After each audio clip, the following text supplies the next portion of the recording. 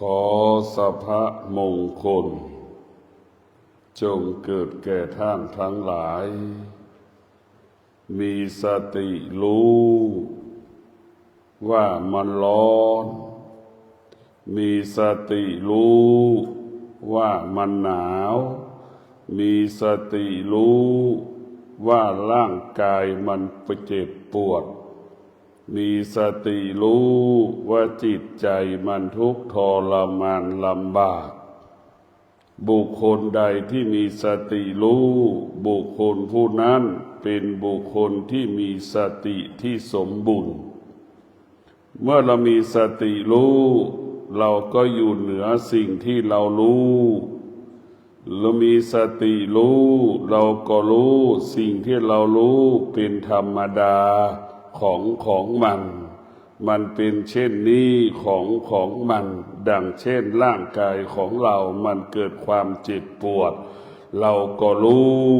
ว่าความเจ็บปวดนี้เป็นธรรมดาของมันไม่มีบุคคลใดเกิดมาแล้วจะไม่เจ็บปวดไม่มีในโลกไม่มีบุคคลใดเกิดมาแล้ว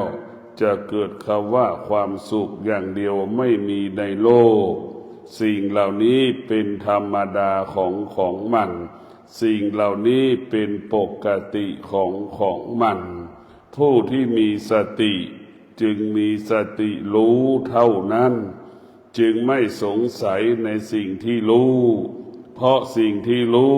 มันอยู่ภายใต้อนิจจังทุกขังอนัตตาเมื่อเรามีสติรู้เท่านั้นทุกอย่างมันก็ปกติราคะเกิดเราก็รู้ราคะดับเราก็รู้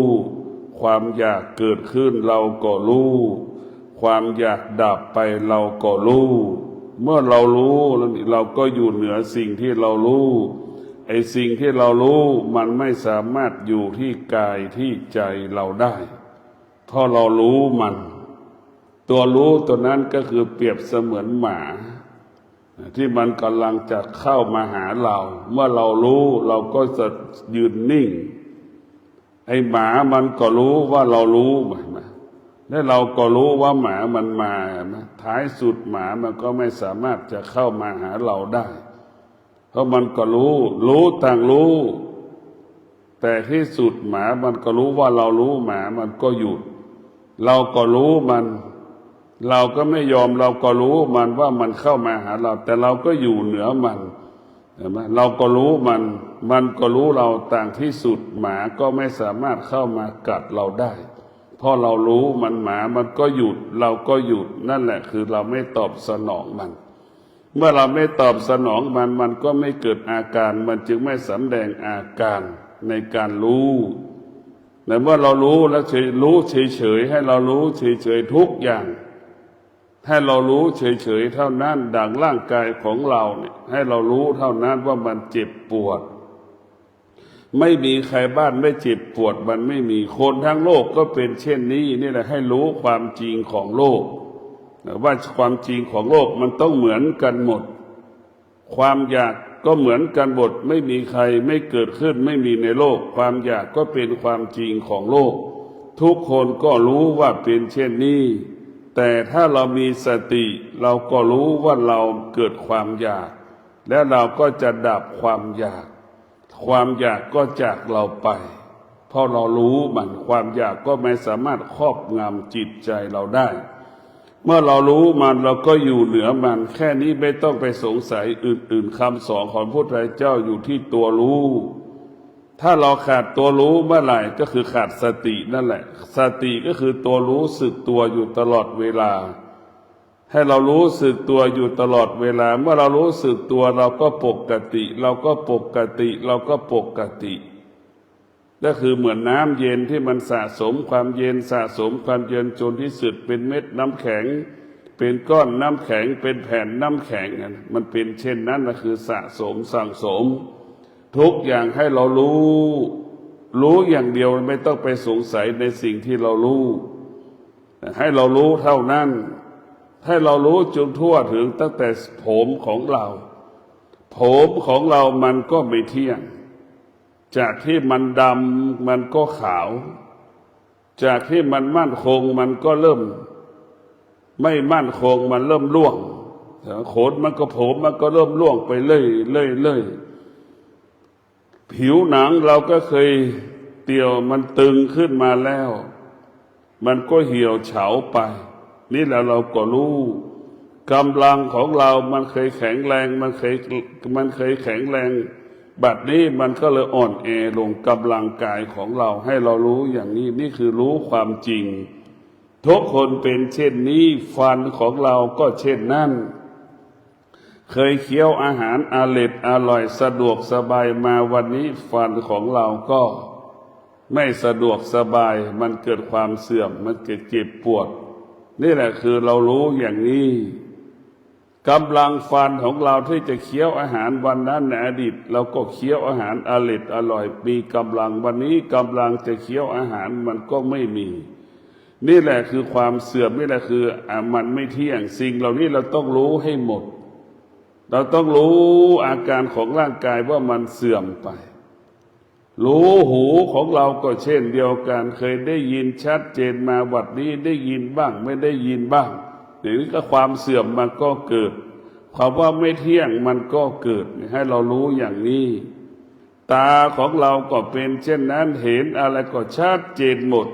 มาวันนี้ความชัดเจนในการรับรู้ของตาก็หายไปให้เรารู้แบบนี้แหละให้เรารู้ทุกอริยบทรู้ทุกส่วนของร่างกายตาเราก็เสื่อมหูของเราก็เสื่อมนี่ให้เรารู้เช่นว่าเป็นปกติเป็นธรรมดาจมูกเราสัมผัสกับกลิ่นเห็นไหมวันนั้นมันก็ชัดเจนบัดนี้จมูกมันก็สัมผัสกับกลิ่นได้บ้างไม่ได้บ้างมันก็รู้เฉยๆว่าเป็นธรรมดาของมันถ้าให้เรารู้อย่างนี้เราต้องรู้ทุกอย่างรู้ให้อยู่เหนือสิ่งที่เรารู้ดังเช่นจมูกเราจะไม่ให้มันมีบทบาทต่อการกินข้าวของเราจมูกเราจะไม่ให้มันมีบทบาทต่อการรับประทานอาหารของเราโดยเฉพาะจมูกมันจะมีอิทธิพลต่อกลิ่นถ้ากลิ่นนั้นไม่ตอบสนองจมูกมันก็ปฏิเสธมันเกิดความขัดแย้งเกิดขึ้น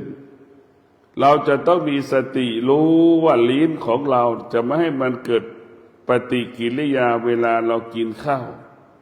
เราจะให้มันไม่เกิดปฏิกิริยาเราจะรู้อยู่แล้วว่ากินข้าวให้มันอิ่มกลิ่นหอมกลิ่นเหม็นไม่มีค่าเราจะต้องคิดอย่างนี้อร่อยไม่อร่อยไม่มีค่าเมื่อลิ้นมันจะชอบใจไม่ชอบใจก็ไม่มีค่า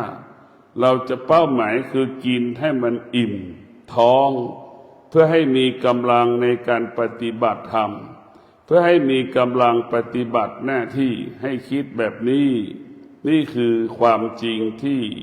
ผู้ปฏิบัติธรรมนี่คือความจริงคนทุกคนต้องพิจารณาแบบนี้เพราะฉะนั้นพวกเราทั้งหลายเรามีสติรู้ว่าเรากำลังนั่งสมาธินี่เราก็มีสติรู้และเราก็รู้ว่ามันเจ็บปวดตากล้ามขาเราก็รู้ว่ามันปวดตากล้ามขาเราก็รู้ว่ามันปวดหลังเราก็รู้เท่านั้นให้เรารู้ว่าสิ่งที่มันรู้ก็คือก้อนน้ำแข็งก้อนน้ำตาลก้อนเกลือมันละลายไปหมดสิ้นก้อนเกลือก้อนน้ำแข็งมันไม่ทนมันเป็นสิ่งที่ทนได้ยากร่างกายของเราก็เป็นเช่นนั้นอาการที่มันเกิดขึ้นกับร่างกายของเราก็เป็นเช่นนั้นความคิดความรู้สึกของเราก็เป็นเช่นนั้นคือมันไม่ยั่งยืนมันไม่ยืนยาวมันเกิดขึ้นขนาดหนึ่งเวลาหนึ่งดังก้อนเกลือก้อนน้ำตาลก้อนน้ำแข็งมันที่สุดมันก็สลายหายไปกลายเป็นน้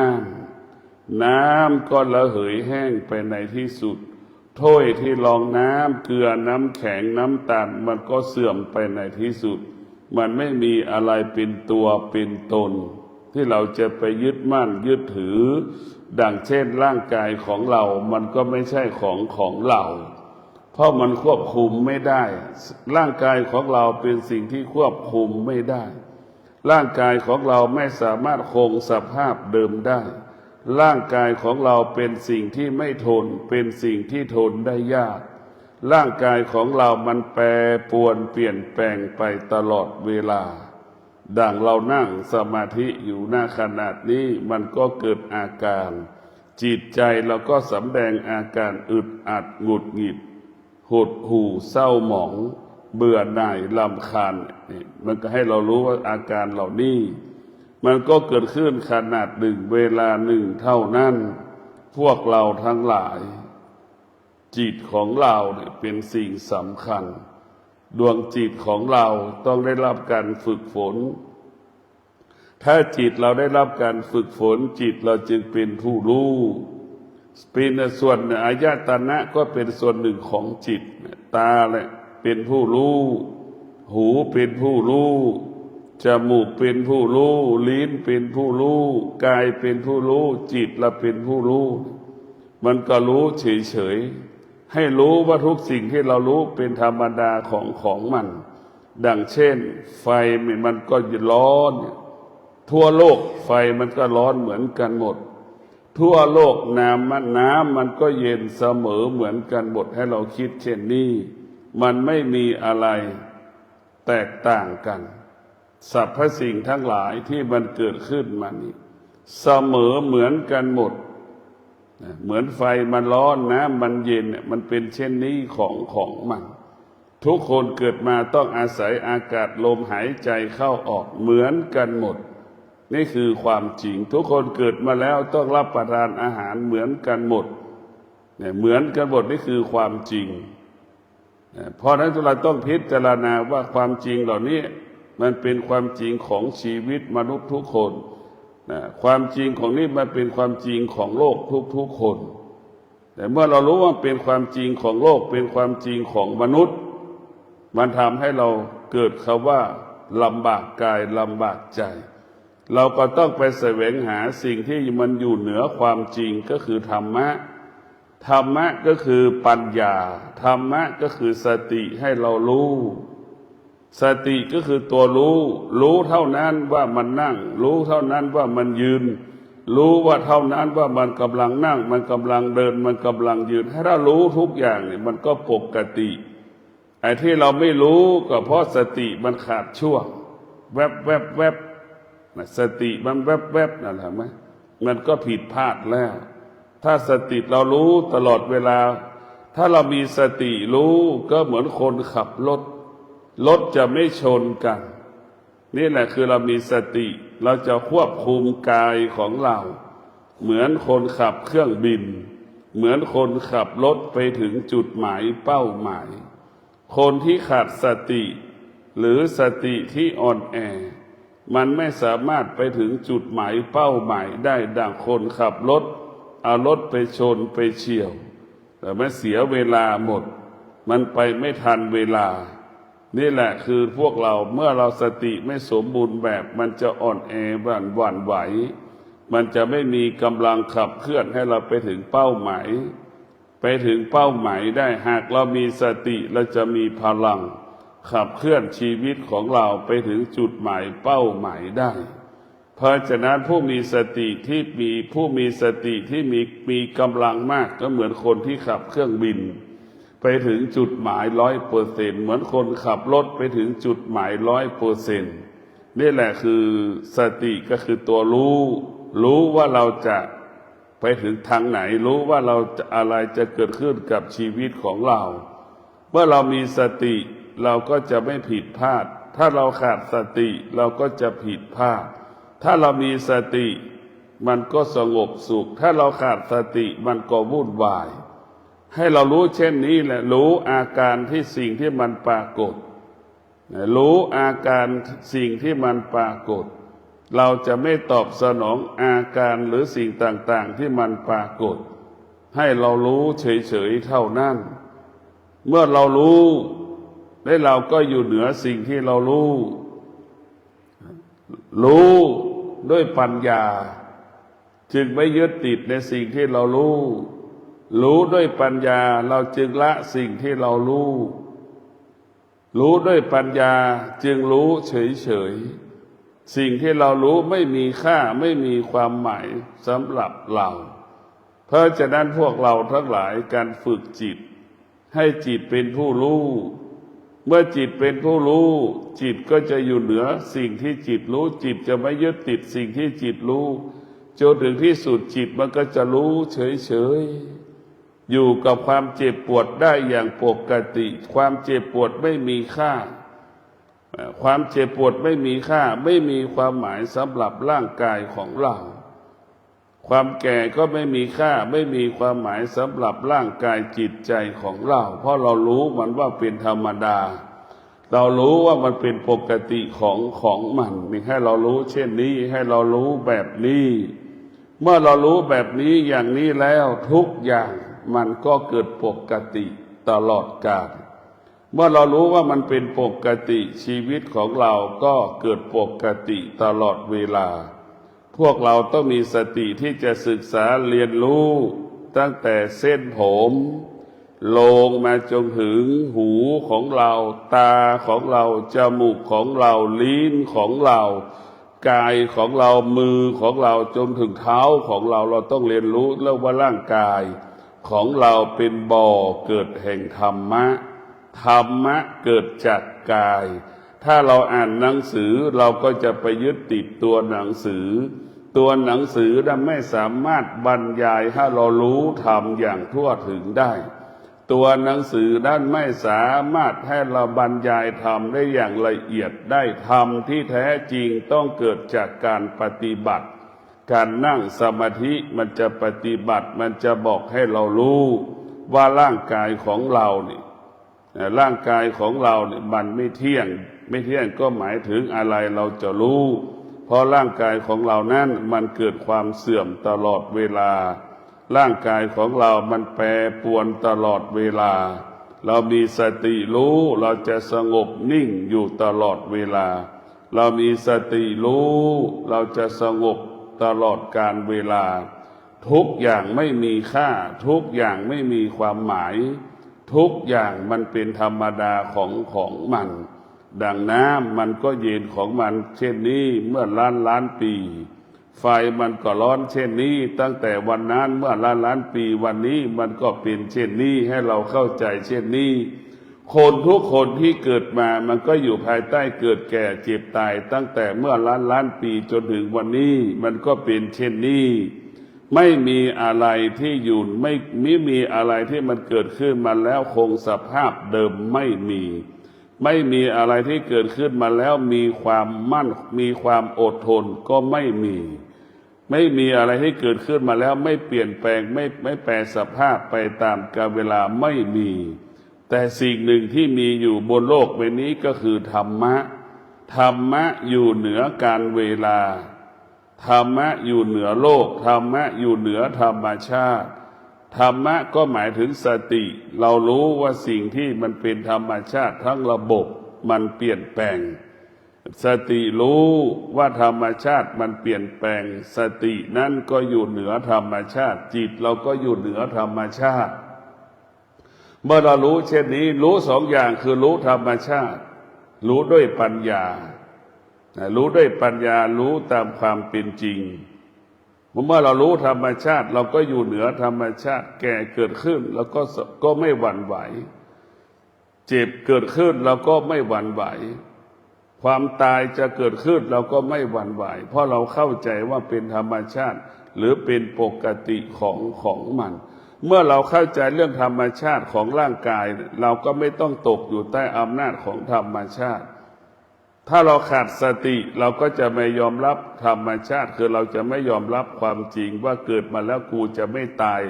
นี่คือไม่ยอมรับความจริงอย่างนี้เราจะเป็นทุกข์เกิดมาแล้วจะไม่ยอมรับความแก่กับพยายามจะเอาสิ่งต่างๆมาปกความแก่ปิดบังความแก่นี่ก็คือมันเป็นไปไม่ได้นั่นคือผิดธรรมชาติ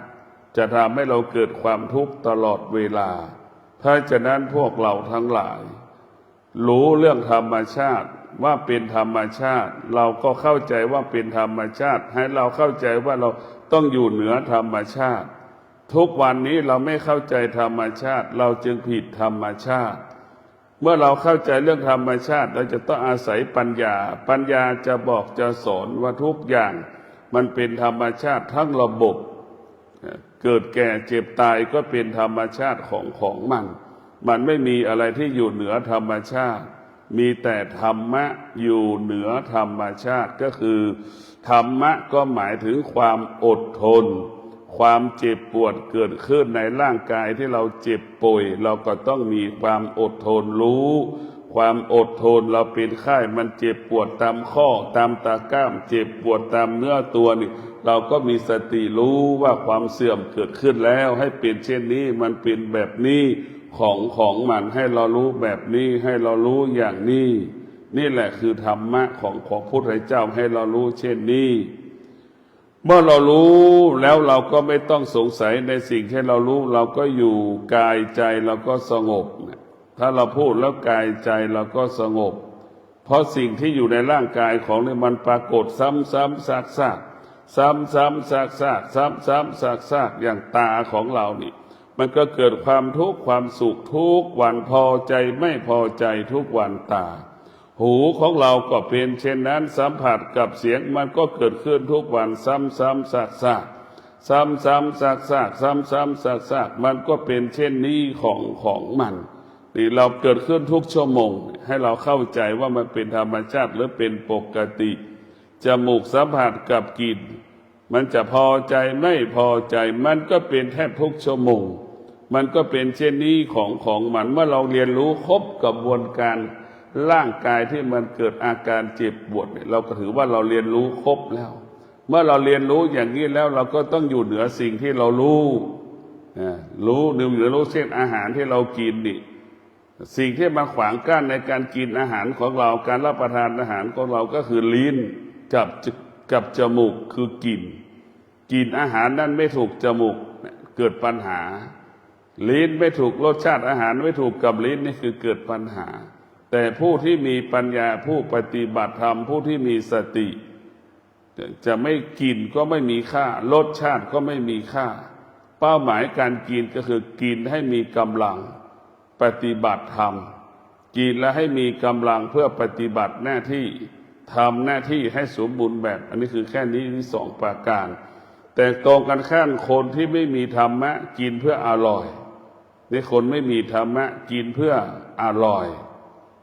กินเมื่ออร่อยนี่ก็เหมือนว่ากินด้วยมิจฉาทิฏฐิกินด้วยอวิชชาการกินนั่นคือการขาดปัญญาในการกินจึงเกิดปัญหาเป็นปัญหาสำหรับผู้กินผู้ที่กินมีปัญญากินทุกอย่างที่กินได้กินแล้วเพื่อให้ร่างกายเกิดกำลังดังพระธุดงค์บิณฑบาตก็ฉันหมดอาหารที่คนมาใส่บาตรไม่มีสิทธิ์ที่จะเลือกกินก็เพราะรู้ว่ากินเพื่อมีให้ร่างกายมีกำลังที่จะเดินธุดงค์ให้เรารู้เช่นนี้เพราะฉะนั้นพวกเราทั้งหลายถ้าเราตลับใดที่เรายังเรียนรู้ร่างกายไม่ทั่วถึงเราก็จะตกอยู่ใต้อำนาจร่างกายของเราสิ่งที่กลัวที่สุดคือเราหลงในรูปของตนเองของบุคคลอื่นสิ่งที่กลัวที่สุดก็คือเราหลงในเสียงของตนเองและหลงในเสียงของบุคคลอื่นในสิ่งที่น่ากลัวที่สุดหลงสิ่งที่เรากลัวที่สุดก็คือเราจมูกสัมผัสกับกลิ่นก็ไปยึดติดในกลิ่นจะทำให้เราหลงอีกหลงทั้งนั้นพวกเราทั้งหลายเราหลงหมดจะลิ้นสัมผัสกับรสชาติต่างๆมันก็สัมผัสแล้วก็ให้เราหลงอีกมันเป็นเช่นนี้ของมันให้เราหลงหมดหลงเรียกว่าหลงทางเมื่อเราหลงทางเมื่อไหร่จะทำให้เกิดความทุกข์ทันทีเมื่อเราหลงทางเมื่อไหร่ทำให้เราเกิดปัญหาทันทีเพราะฉะนั้นตัวหลงก็คือตัวอวิชชาวิชาก็คือตัวที่เราทำให้เราไม่รู้ความจริงให้เรารู้สิ่งที่ไม่เป็นจริงตลอดเวลาเพราะฉะนั้นธรรมะของพระพุทธเจ้าต้องให้เรารู้เท่านั้นรู้ทุกอย่างสิ่งที่มันมีอยู่ให้เรารู้สิ่งที่มันมีอยู่บนโลกใบนี้ก็คือรู้ร่างกายของเราไม่ต้องไปรู้เรื่องสิ่งนอกกายเป้าหมายของธรรมะก็คือให้เรารู้เรื่องร่างกายของเราตั้งแต่เส้นผมมันเคยดกดำ บัดนี้เห็นไหมเส้นผมของเรามันก็เริ่มหลุดร่วงเนี่ยเราก็เห็นว่าอาการของความเสื่อมมันปรากฏนี่เราเห็นอาการอย่างนี้แบบนี้หนังหน้าใบหน้าใบตาเราก็เหมือนกันแล้วมันก็เกิดอาการมีสิวเกิดขึ้นเห็นไหมถ้าเป็นหนุ่มสาวร่างกายมันเกิดการเปลี่ยนแปลงแล้วมีสิวเกิดขึ้นเต็มหน้าเต็มตาไปหมดเห็นไหมแล้วก็เข้าใจว่ามันเป็นปกติของมันนี่คือความเสื่อมที่มันเกิดขึ้นความว่าไม่เที่ยงมันเกิดขึ้นให้เราเข้าใจทุกอย่างตาที่เราเห็นชัดเจนเห็นไหมแล้วก็รู้ได้เลยให้เราเรียนรู้แบบนี้และคือธรรมะเมื่อเรารู้และเราก็จะอยู่เหนือสิ่งที่เรารู้เมื่อเราอยู่เหนือสิ่งที่เรารู้ทุกข์ก็ไม่มีสุขก็ไม่มีสุขไม่มีทุกข์มันจะมีแต่คำว่ารู้เท่านั้นรู้เท่านั้นคือรู้เรื่องปัจจุบัน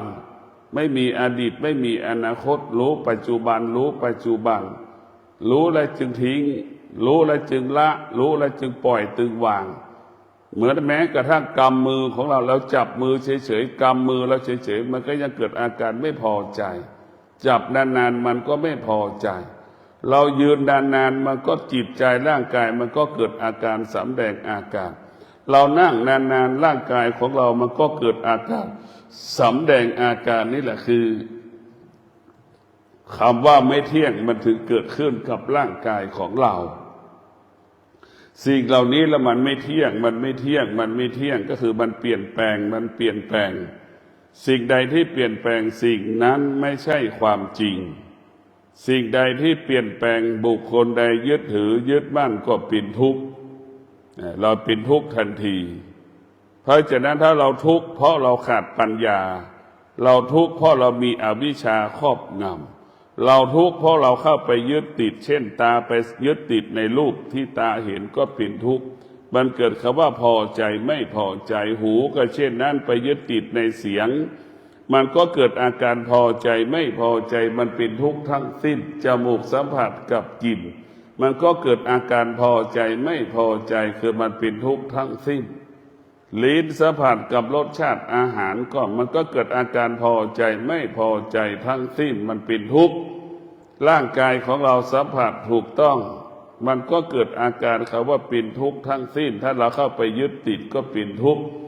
จิตไปยึดติดสิ่งใดจิตก็เป็นทุกข์สิ่งนั้นเหมือนดั่งแม่ไปยึดติดในลูกมันจึงทุกข์ทรมานลำบาก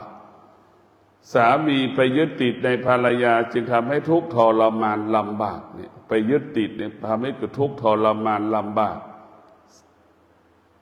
การยึดติดนั้นจึงเป็นเหตุให้เกิดความทุกข์ทั้งสิ้นเพราะฉะนั้นพระพุทธเจ้าจึงสอนให้เราไม่ให้เราไปยึดติดพุทธเจ้าสอนให้เรายึดติดลมหายใจเข้าลมหายใจออกอยู่กับปัจจุบันรู้ลมหายใจเข้ากี่ร้อยครั้งเราก็รู้ลมหายใจออกกี่ร้อยครั้งเราก็รู้ลมหายใจเข้ากี่ร้อยครั้งเราก็รู้ลมหายใจออกกี่ร้อยครั้งเราก็รู้ลมหายใจละเอียดกี่ร้อยครั้งที่เราหายใจมันก็รู้เราลมหายใจออกกี่ร้อยครั้งที่มันหยาบเราก็รู้ให้เรารู้เช่นนี้นี่คือรู้เมื่อเรารู้มันก็ปกติความสงบสุขเกิดขึ้น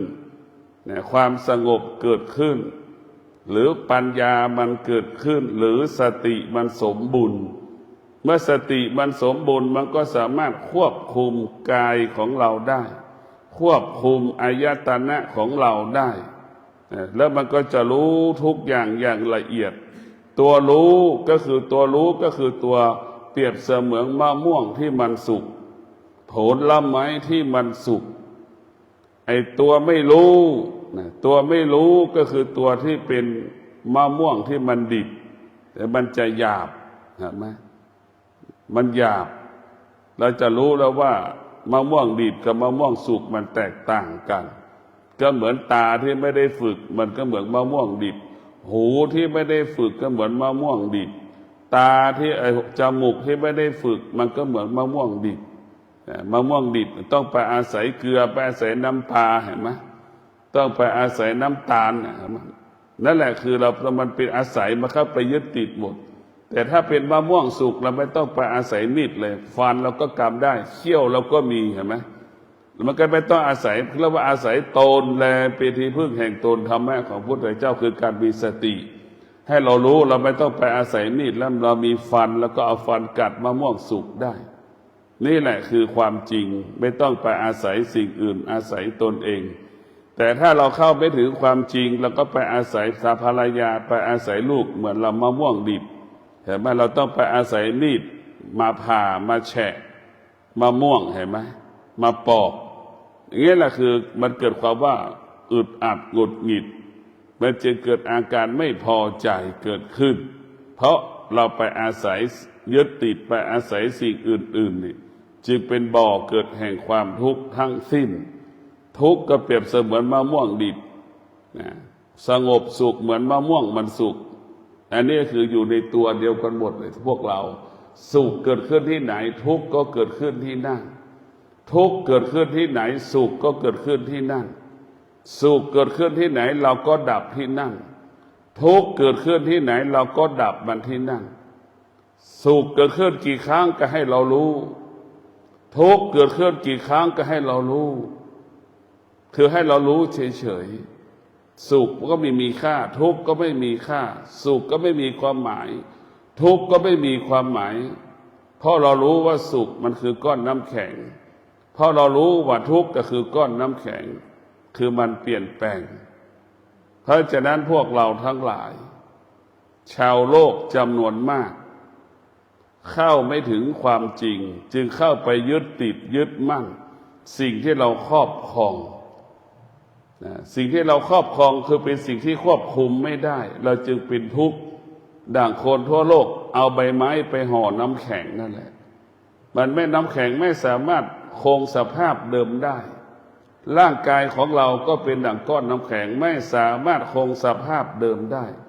ร่างกายของเราเป็นสิ่งที่ไม่ทนก็ไม่สามารถคงสภาพเดิมได้ดั่งร่างกายของเราเป็นสิ่งที่ไม่ทน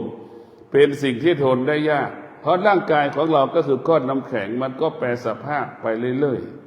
ๆร่างกายของเรามันแปรเปลี่ยนแปลงตลอดเวลาแปรปรวนตลอดเวลามันก็เหมือนร่างน้ำแข็งนะมันเริ่มความเสื่อมไปเรื่อยละลายไปเรื่อยๆเรื่อยๆนี่แหละคือความไม่เที่ยงความว่าไม่เที่ยงก็คือเป็นเราไปยึดติดสิ่งที่ไม่เที่ยงเป็นทุกข์เหมือนคนเขากำลังเอาใบไม้ไปห่อน้ำแข็งนั่นแหละเราไปยึดติดยึดมั่นมันเป็นทุกข์ทั้งสิ้นยึดมั่นยึดติดในพ่อแม่สามีภรรยาลูกพ่อแม่สามีภรรยาลูกก็เป็นทุกข์ไปยึดติดในทรัพย์สมบัติก็เป็นทุกข์แต่พระพุทธเจ้าสอนให้เรารู้เฉยๆว่าเรามีสมบัติสอนเฉยๆว่านี่คือภรรยารู้เฉยๆว่าภรรยารู้เฉยๆว่าเป็นลูกให้เรารู้เช่นนั้นเมื่อเรารู้เฉยๆแล้วเราก็ไม่มีค่าไม่มีความหมายดวงจิตที่งอกงามด้วยธรรมลบสิ่งที่รับรู้ไม่มีค่าไม่มีความหมายใดๆทั้งสิ้นเพราะดวงจิตที่งอกงามด้วยธรรมอยู่กับปัจจุบันก็รู้เท่านั้นว่ามันเหม็นรู้เท่านั้นว่ามันหอมรู้ว่าเท่านั้นมันพอใจรู้เท่านั้นว่ามันไม่พอใจคือรู้เมื่อเรารู้แบบนี้แล้วสิ่งต่างๆก็ไม่สามารถจะเกิดขึ้นกับชีวิตของเราเช่นความอยากมันก็ไม่เกิดความโลภมันก็ไม่เกิดรู้เฉยๆเมื่อเรารู้แล้วนี่มันก็อยู่เหนือสิ่งที่เรารู้เมื่อเราอยู่เหนือสิ่งที่เรารู้กายวาจาใจเราก็สงบถ้าเราไม่รู้แล้วไปอยู่ภายใต้สิ่งที่เรารู้เนี่ยกายวาจาใจเราไม่สงบทุกวันคนส่วนมากรู้สิ่งใดก็ไปยึดสิ่งนั้นเป็นทุกข์ทั้งสิ้นทุกตาไปเห็นรูปเห็นไหมก็มีความว่าอยากได้ก็เป็นทุกข์ตาไปสัมผัสกับวัตถุสิ่งของต่างๆเกิดอาการไม่พอใจก็เป็นทุกข์เห็นไหมมันเป็นทุกข์ทั้งสิ้นเพราะเราเข้าไปยึดติดเห็นไหมเนี่ยการเข้าไปยึดติดมันจึงเป็นทุกข์อายตนะทั้งหลายจึงเป็นบ่อเกิดแห่งความทุกข์อายตนะทั้งหลายจึงเป็นบ่อเกิดแห่งความสุขคือเรียกว่าสุขทุกข์เกิดขึ้นที่ตาที่หูที่จมูกที่ลิ้นที่กายที่ใจของเรา เดี๋ยวเราจะดับทุกข์เราก็จะดับที่กายที่ใจของเรานี่แหละร่างกายของเรานี่แหละเบียดเบียนเราเองร่างกายของเรานี่แหละทำลายร่างกายตัวเราเองเหมือนไฟที่มันไหม้ป่าใบไม้มันร่วงมันก็กลายเป็นฟืนที่เผาตนเองเป็นเช่นนั้นร่างกายก็เป็นเช่นนั้นถ้าเรารู้มันแล้วเราก็จะอยู่เหนือเรารู้มันเราก็ไม่ตอบสนองมันเรารู้เราก็ดับมันปัญญาก็เปรียบเสมือนน้ำธรรมชาติก็เปรียบเสมือนไฟเราก็เอาน้ำมาดับไฟให้มันดับรู้เราก็ดับมันไปราคะเกิดเราก็รู้แล้วก็ดับราคะจากเราไปก็รู้เกิดก็รู้ดับก็รู้นะจะให้เรารู้สองอย่างสิ่งที่มันเกิดเราก็รู้สิ่งที่มันเกิดขึ้นแล้วมันดับเราก็รู้ให้เรารู้แค่นี้แหละเหมือนเราเป็นแม่ค้าขายของเราก็ได้กำไรเราก็รู้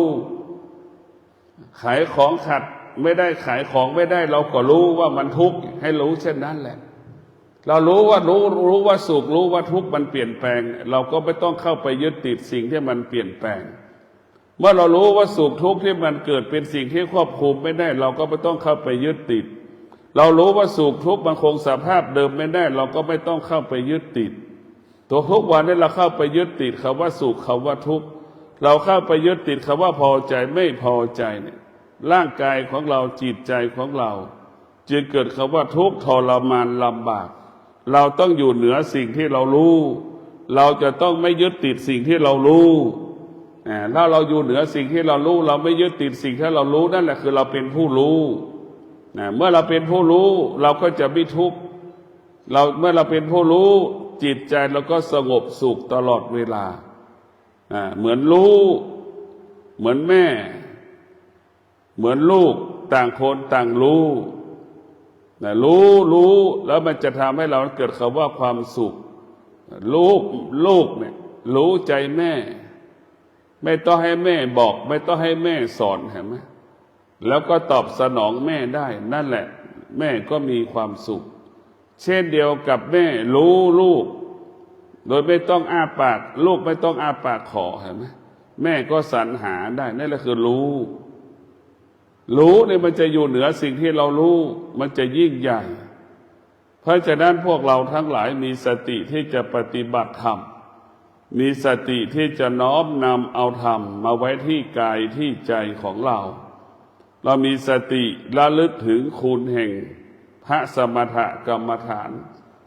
ให้เราเอาพระสมถกรรมฐานนี่คือร่างกายของเราเป็นพระสมถกรรมฐานจิตของเราเป็นพระวิปัสสนากรรมฐานให้เราคิดอย่างนี้ว่าร่างกายของเรานี่คือตำราจิตของเราก็เป็นเหมือนผู้ที่ศึกษาอ่านตำราเรียนรู้ต่างๆให้เรารู้เรื่องกันให้เรารู้เรื่องความจริงมันเกิดขึ้นที่ตาที่หูที่จมูกที่ลิ้นที่กายที่ใจนี่ถ้าเรารู้อย่างนี้แหละเราจะรู้เรื่องธรรมแต่ถ้าเราไปอ่านหนังสือมันเป็นตัวหนังสือมันหยาบมันไม่ละเอียดมันไม่ลึกและเราก็เหมือนเราอ่านแค่ป้ายทาง Google เฉยๆมันก็พาเราหลงทางหลงผิดไม่จบไม่สิ้นทุกคนสัมผัสเช่นนี้เสมอเหมือนกันหมดก็ขอให้ท่านทั้งหลายมีสติพิจารณาน้อมนำเอาธรรมมาไว้ที่กายที่ใจของเราน้อมนำเอาธรรมมาเป็นที่ตั้งของกายของใจมีสติรู้มีสติรู้มีสติรู้เมื่อเรารู้เราก็อยู่เหนือสิ่งที่เรารู้เมื่อเรารู้เราก็ไม่อยู่ก็อยู่เหนือสิ่งที่เรารู้แล้วเราก็จึงละรู้แล้วเราก็วางรู้แล้วเราก็ปล่อยจนถึงที่สุดคำว่าสบายกายสบายใจก็เกิดขึ้นกับกายกับใจของเราขอเจริญพร